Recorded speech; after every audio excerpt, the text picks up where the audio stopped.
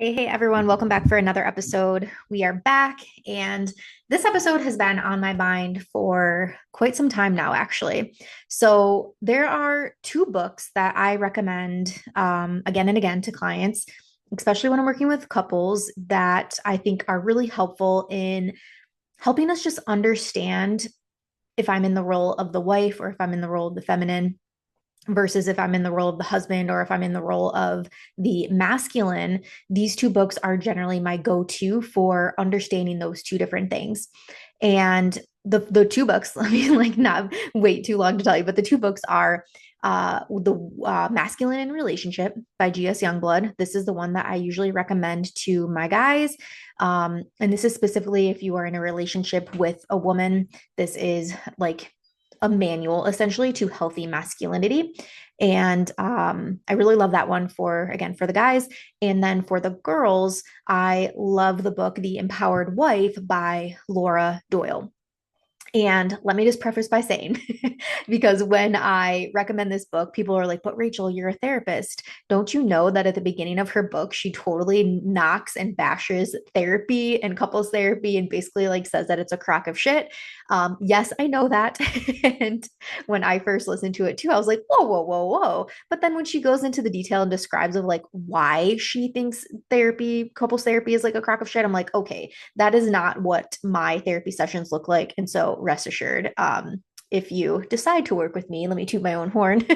That is not the way in which I practice couples therapy. I really like to take more of that hands on approach, really helping couples to develop actual skills and tools and better understand themselves when it comes to their relationship and their way of communicating, and really helping them get to that deeper rooted seed of like, why am I responding this way? Why am I reacting this way? And then again, yeah, practicing tools for developing deeper intimacy and connection and communication and all of that with them. So she refers to it as like it's the problem of the week, right? It's the flavor of the week. And yeah, sometimes therapy can certainly feel like that. And so that would be a good time if you're experiencing this, like check in with your therapist and say, hey, can we revisit my treatment plan? Can we see like where we're at in terms of goals? Like what are we working on here? Because it is really easy to be like, well, this last week, I had this come up and I need to work through it. Some of therapy is going to be that, of course, but anyways, let me not get on my tangent around that. But yes, I'm aware that she talks about this in her book. She does. This is why I like the book too. I feel like she really takes more of this like healthier, direct approach to. She talks about these six different intimacy skills. And this is really, so this book is it's the Empowered Wife: Six Surprising Secrets for Attracting Your Husband's Time, Attention, and Affection.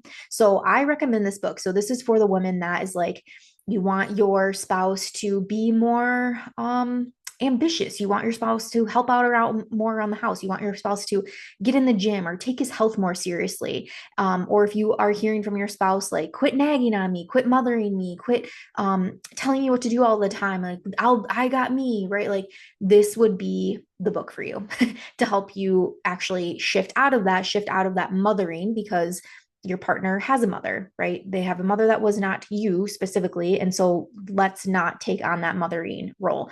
And it can be really hard to do, right? Because part of our womanhood, part of our femininity is nurturing. But there's a different way of providing that nurturing. I was going to say nurturingness. We're just going to go with that nurturingness to our spouses that don't come off like motherly necessarily. And so, really, the overview of this book is that we have more power than we think to transform our marriage by actually focusing on our own happiness, relinquishing that control, and embracing more femininity and vulnerability. And so, the book is again built around these six different intimacy skills, which she claims are the foundation of empowered, loving relationships. And again, very like direct but encouraging, and draws a lot from her own personal experiences. She also shares a lot of examples from clients and testimonials from other people that she's worked with and other women that she's worked with, which I found that was really helpful. So I have a earlier podcast that I've done that is called, oh, what did I name it? I think it was What Women Want in Relationships. And this is generally the podcast that I give to the guys. And I do a little breakdown of there from the book that I talked about earlier, The Masculine Relationship. I do a breakdown of that book of basically some components of healthy masculinity. And that is getting us away from the toxic masculinity, right? So that would be, if you're a dude listening to this, I would recommend that one. Also, I have many women that listen to this podcast, or also read the book, The Masculine and the Relationship. Because, right, even as a woman, we still hold some of that masculine energy as well. We're not always 100% in our feminine. And in fact, most of the women, like I said, like, if this is you, this book is going to be for you. You probably are a woman that is taking on more of that masculine role in your relationship. So, drawing from these 6 different intimacy skills might be something to try out in your relationship, and also wanting to honor they might not be, super accessible, or some of these you're going to be like, oh yeah, duh, like I'm doing that already. But maybe asking yourself, like, could I be doing that better? And then again, honoring that these are skills that you are going to develop. These isn't like you're going to listen to this podcast and voila, you're going to be doing all 6 of these things with no problem. And I tell people this, like, you are a work in progress. It's going to take time to develop these things. So have some tenderness with yourself, have some compassion with yourself going into this. And if you have questions, reach out to me. If you want to listen to this book in full, I recommend, but this is going to just be a breakdown, shorter version. I love recording things like this in podcasts. I love listening to things like this in podcasts as well. Instead of, sometimes I don't have time to read the entire book. And so I like to just search podcasts around, like, give me the main points here. Right. And so in this case, it's these 6 different skills. All right. So let's jump into them. So your 6 skills are: number 1 is self-care. Number 2 is relinquishing control. 3 is respect. 4 is vulnerability / receiving graciously. 5 is gratitude and acknowledgement. And then 6 is the surrendering the urge to improve him. Okay. And, a lot of these key themes in this book also is that marriage is a mirror, right? Oftentimes our relationships help reflect our inner state. And when you can really change your approach to this and see, like, okay, my partner is mirroring back to me, like my partner is getting, reacting in this way. What is it bringing up for me? That can, again, really change things for you. And if you can get curious and compassionate with yourself, of like, why, right? Like, I tell my clients, like, you're a little FBI agent, right? Going on a hunt, you're gathering information, you're seeing what's there. And again, with that caution and with that compassion for yourself. She talks a lot about masculine versus feminine energy, which I know not everybody is into the whole masculine feminine energy. Personally, I love to talk about this. It's something that I bring up a lot in my practice with clients. But she leans more into the idea of traditional gender energy dynamics. Men thrive when they feel respected and needed, and women thrive when they feel cherished and supported. And I think that goes true, right? Whether you're taking on those traditional gender roles, or if you're someone that is in the more woo-woo space of masculine, feminine energy. And then apologizing for disrespect. Simple but powerful tool, right? Like saying, like, I'm sorry for being disrespectful when I said blah, blah, blah, blah, blah, right? Like, taking ownership for our things is going to be so important, right? In any relationship, you have to get comfortable with the idea that you're not always going to be right, and that you're going to make mistakes. And on the other end of that, having compassion for your partner, that they're not always going to be perfect, and that they're going to make mistakes. So, and then last of these other, like, major theme here is expressing desires without demands. So really encouraging women to share desires in a more softer way. Like, I would love to have a clean kitchen, instead of, you never clean up after yourself, you never help me with the chores, right? In my communication guide, which is actually a free download on my website, rachelmaine.com, you can download my communication guide there.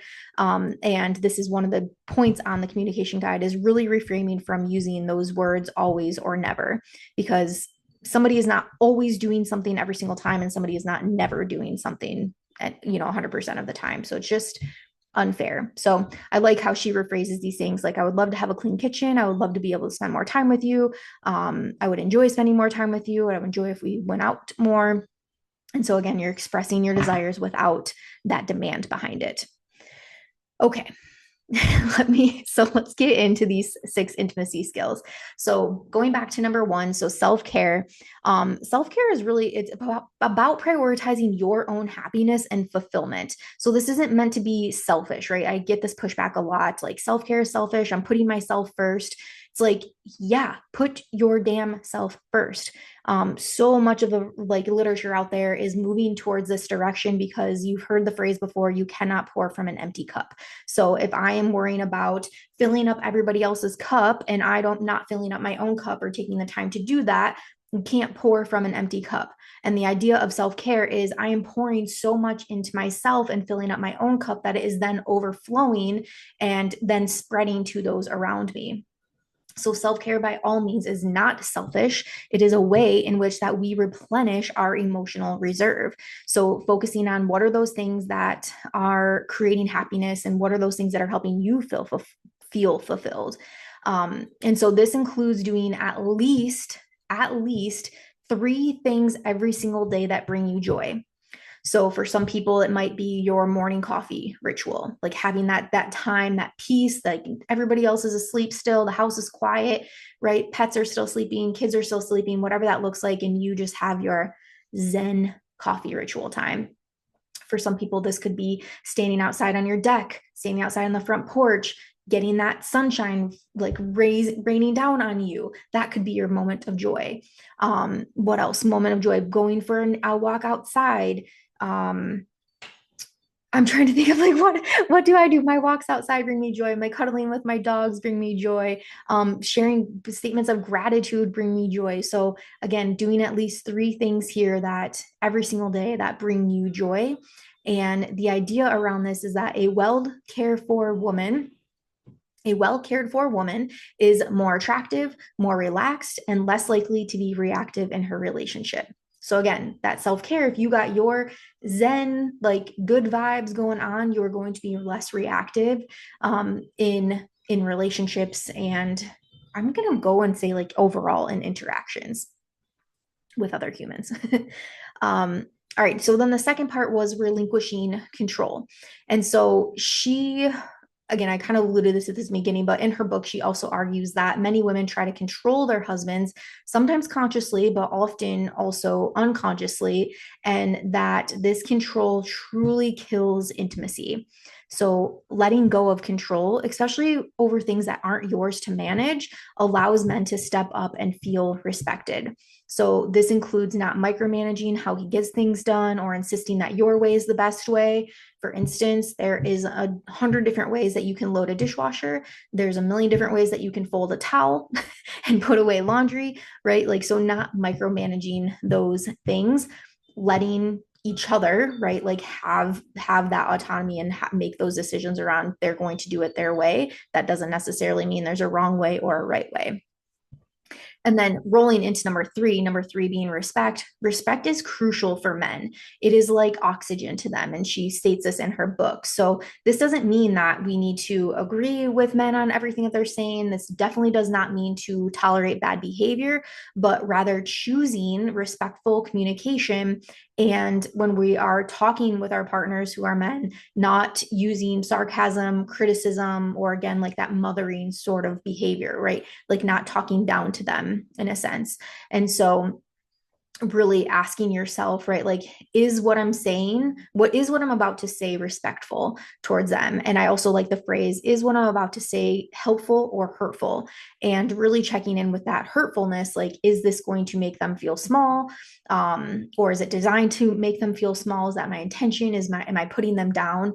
Right? Like how we want our partners to lift us up and help us feel big, and seen and heard and validated and all of that, like we need to be doing the same for our partners. So respect, again, crucial part of this. Okay, so then the vulnerability and receiving graciously. A lot of women struggle to receive help, to receive gifts, or receive compliments without deflecting or downplaying.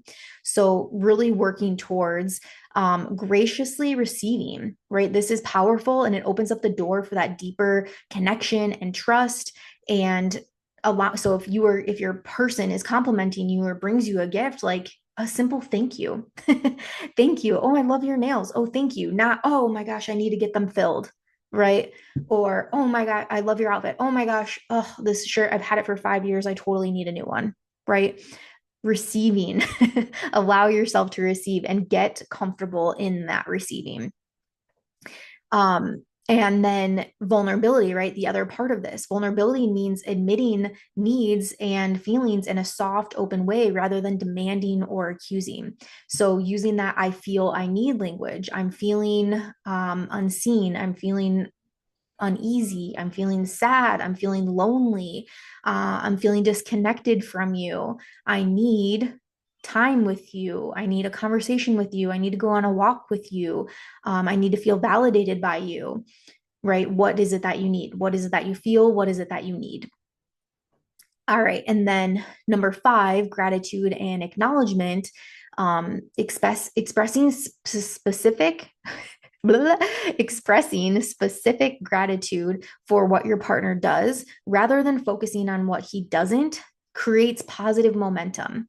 So if you are in your relationship right now and you are constantly focusing on everything that he is not doing, or everything that he didn't do, or all the things that are going bad in the relationship, this is not creating any sort of positive momentum. And if you're listening to this podcast, that's what you're wanting. You're wanting more from your partner. You're wanting more from your relationship. You're wanting to feel more connected. So shaming somebody into doing something, like nagging somebody into doing something, putting somebody down in order to get them to do something, is not the healthy approach to take to this, right? I'm not going to beat you down and make you small in attempt to actually lift you up. That does not work, right? That actually falls into the category of emotional abuse in some cases, depending in the context. So really, really, she emphasizes the phrase I appreciate ... and encourages frequent use of this. So what is it? Take a look in your day today if you're listening to this podcast, and what is it that you can pull out about your partner, something they did, something about their mannerisms, something about their personality, something about the way that they're speaking, your conversation today. What is it that you can pull out that you appreciate about them? And if this is hard for you, I'm going to challenge you to really dig deep here, and find something, right? Like, and if you can't, this would be, I would say, a time where you could reach out for third party support, either through a therapist, a counselor, a coach, or something like that to help you navigate through this. And again, so really coming back to that, I appreciate and expressing that gratitude. And then, yeah, so focusing what's working helps shift that emotional climate in the relationship. That helps to instill more connection, more love, more intimacy, right, with each other, more gratitude, essentially. And gratitude is one of the highest vibrational states that a person can be in. It's impossible to be upset if you're in a place of gratitude. All right. And that leads us to number 6, which is surrendering the urge to improve him. I know this one's going to be hard. And this is one of the most challenging but transformative skills. And so the belief is that trying to improve your partner, even with good intentions, makes him feel like he's inadequate and disrespected. So instead, she encourages focusing on your own growth and trusting your husband's journey and leading by example. So in the book, she gives the example of a person that she was working with pretty much finds her husband lazy. Every day she come home from work, he's sitting on the couch, didn't do anything, right? And he complains about his weight all the time. He's eating junk food all the time, not taking care of his body. And so he's in this really like woe is me state, feeling sorry for himself. And so she'd be like, well, go to the gym. Why aren't you going to the gym? And essentially taking this more nagging approach. So instead, after listening to this book, so the author says, after listening to the book, this woman started to take this approach of surrendering to that urge of wanting to improve him. And she started to focus on her own growth. So what she wanted from her husband essentially was to take his health more seriously, get into the gym more, right? Become more active. And so she herself started to take on some of those qualities. And that is the thing about human tendency, is that we are inspired as humans, whether that be conscious or subconscious. We are, as humans, have the ability to be inspired through action. So for instance, I think This was talked about either in her book or another book that I've listened to recently. Sometimes they all flow together. But the example was given is that if I'm a person, right, I eat lunch at my desk every time, but I see these two girls that are in the cubicles next to me, and every single day on their lunch, they get up and they go for a walk and they eat lunch outside. Over time, I still keep eating at my lunch at my desk, still keep doing that. But then I start to see like they're coming back and they're like happy the rest of their day. They're joyful. They're not feeling sluggish at the end of their day. And so over time, I'm going to eventually start to take on those things. I'm going to eventually feel inspired and say, you know what? I'm going to start going for a walk. I'm going to start doing this. This is why influencers on Instagram can make such good money with what they're doing, because we as humans are easily influenced. So again, taking on this approach to where you are focusing on your own growth, because you cannot control him. You cannot make him do something. You cannot make him feel something.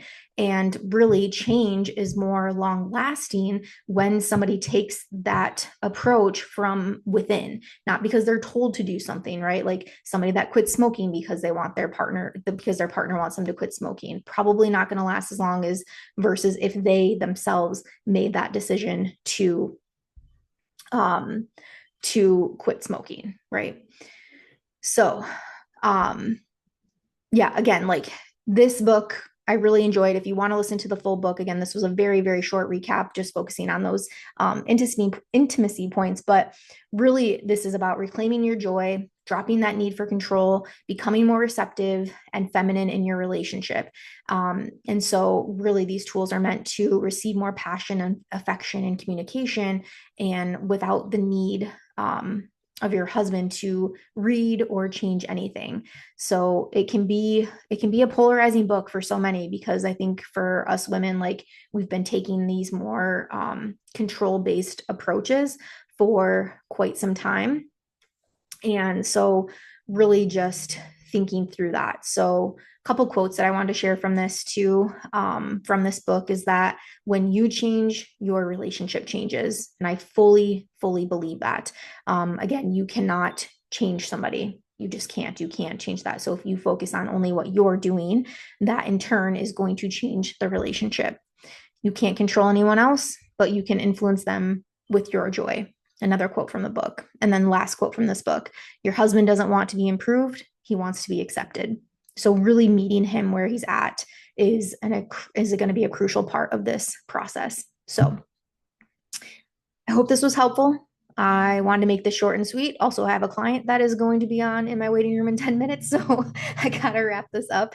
But again, the book was called The Empowered Wife, and it's by Laura Doyle if you want to check it out. The other book was The Masculine in Relationship by G.S. Youngblood.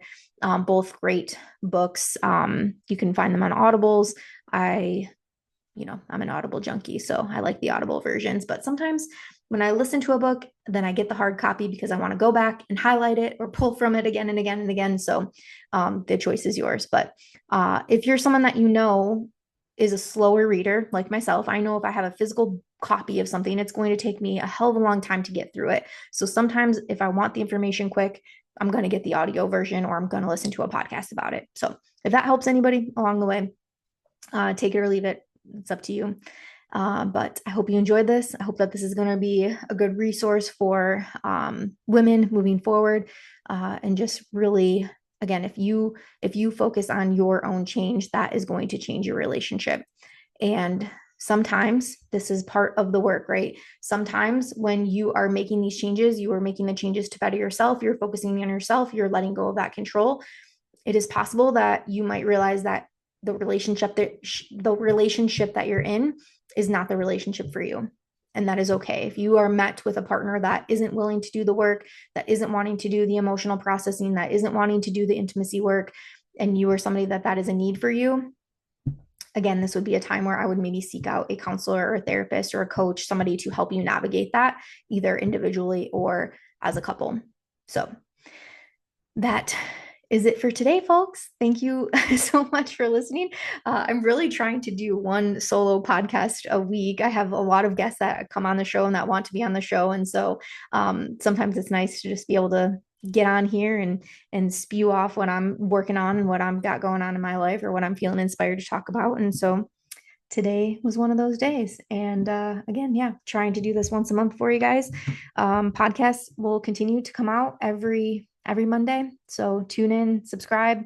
And if there is a topic that you want to be recorded on or talked about on this show, please email it, Instagram me, whatever you want. And I'm happy to add it to the list, do my research on it, and produce it for you. So thanks so much, guys. I will catch you on the flip side.